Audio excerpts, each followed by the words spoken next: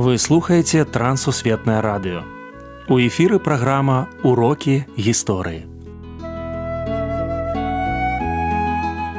Запрашаем у падарожжа падзей, асоб і фактаў.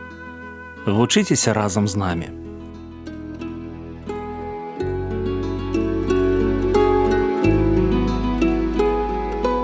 Добрый дзень, сябры. Ля мікрафона Сяржук Брышцель і кандыдат гістарычных навук Андрусь Унучак.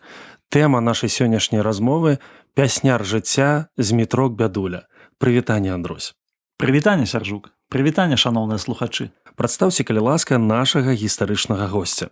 Змітрок Бядуля – гэта пісьменнік, гэта чалавек, які заклаў асновы беларускай літаратуры, класічнай беларускай літаратуры, гэта нашанівец. Гэта чалавек, які пісаў дзіцячыя творы, дарослыя творы. Чалавек, які вельмі шмат зрабіў для таго, каб беларуская літаратура стала літаратурай сусветнага ўзроўню.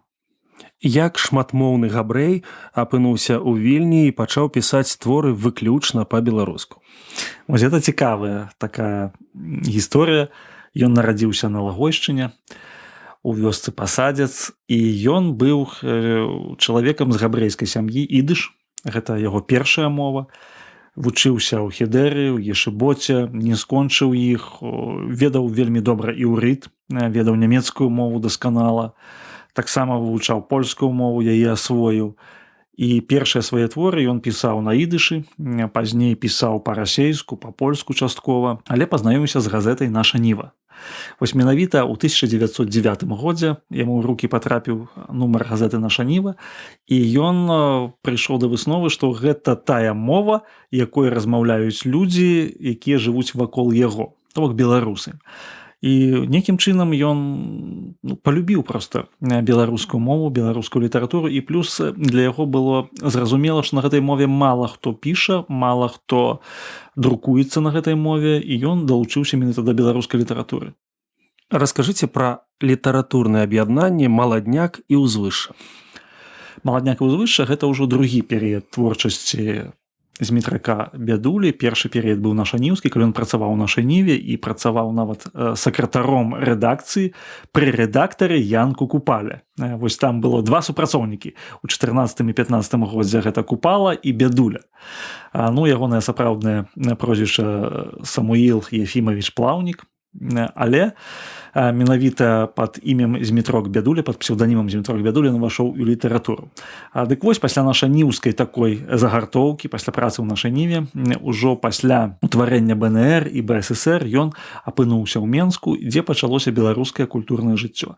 І першае аб'яднанне літаратурнае, якое было ў Менску створана ў 1923 годзе, гэта было «Маладняк». «Маладняк» это былі паэты, якія імкнуліся стварыць новую беларускую пралетарскую літаратуру. Это пралетарская літаратура, такая бурапенная паэзія, якая безумоўна ахоплівала перыяд такі важны ў жыцці Бядулі, але цікавы момант, што ў «Маладняку» ён быў самым старэйшым, самы старэйшы з «Маладняка».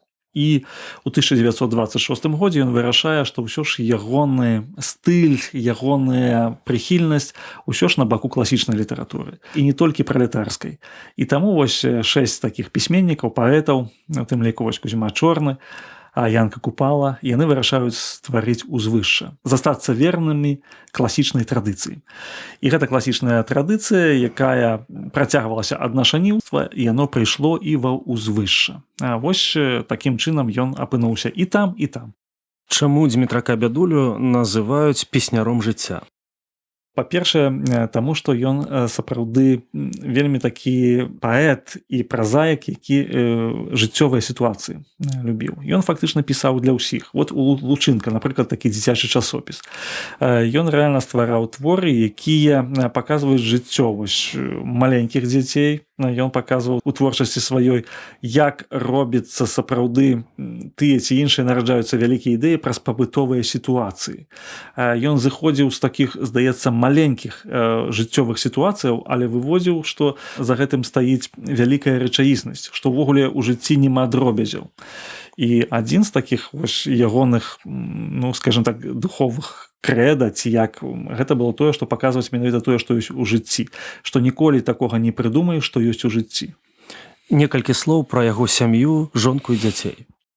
У яго вось жонка Марыя была, якая пражыла даволі доўгае жыццё, яна значна перажыла яго, памерла толькі ў 1984 годзе. Двое дзяцей было, і цікава, што ягоны сын, вось Ефім, ён да гэтага часу жывы і вельмі ахвотна сустракаецца з прыхільнікамі беларускай літаратуры, расказваючы ім пра свайго тату. Пакіньце мне і нашым слухачам цікавую гісторыю жыцця альбо творчасці Змітрака Бядулі. Ну, хочацца сказаць такую гісторыю з нашаніўскага часу. Калі у нашай ніве быў вось Купала і Бядуля, то Янка Купала скардзіўся Браніславу Эпімах-Шыпілу, што абсалютна не хапае грошай на выданне газеты. І што яны з Бядулем, яны фактычна вымушаны жыць некалькі месяцаў без заробку. І Эпімах-Шыпіла кажа, што мы пастараемся знайсці гэтыя грошы ў Петраградзе, а ішла ўжо Першая сусветная вайна, ўжо было вельмі складана з гэтым. І вось тут вельмі цікавы такі момант, што Змітрок Бядуля у той жа час піша Эпімах-Шыпілу, што ў нас ўсё выдатна, што газета выдаецца, што ёсць вялікі попыт на гэту газету, ну і мы плануем, нягледзячы на ўсялякія цэнзурныя забароны, рабіць гэту газету далей. Вось такія цікавыя розныя лісты, якія датуюцца адным і тым жа часам. Янка Купала бачыў, што сапраўды сітуацыя такая крытычная, што вельмі складана будзе далей працаваць, а Змітрок Бядуля такі быў на энтузіязме поўным, што газета выдаецца, што многія газеты ўвогуле закрыліся, а наша ніва выходзіць. Вось такі аптымізм, я бы сказаў, нягледзячы на сапраўды складаную сітуацыю, аптымізм Бядулі ён заставаўся заўсёды. Як памёр Змітрок Бядуля і дзе пахаваны? Ён памёр ўжо ў час Другой сусветнай вайны ў 41 годзе на станцыі ва Уральску, калі ехаў у эвакуацыю 3 лістапада 1941 году. На пачатку ён быў у Казахстане пахаваны, але ў 2020 годзе яго прах перазахавалі на ўсходніх могілках у Менску. Гэта была даволі такая доўгая працэдура, сапраўды 6 разоў імкнуліся вось гэта зрабіць перапахаванне яго на самых галоўных могілках Менску, нашай сталіцы, але ўдалося гэта толькі вось у 2020 годзе. Ну і вельмі важны момант, што ўсё ж ён зараз, ягоны прах, пакоіцца сярод магілаў вялікіх беларускіх паэтаў, пісьменнікаў, такіх як Уладзімір Караткевіч ці Васіль Быкаў.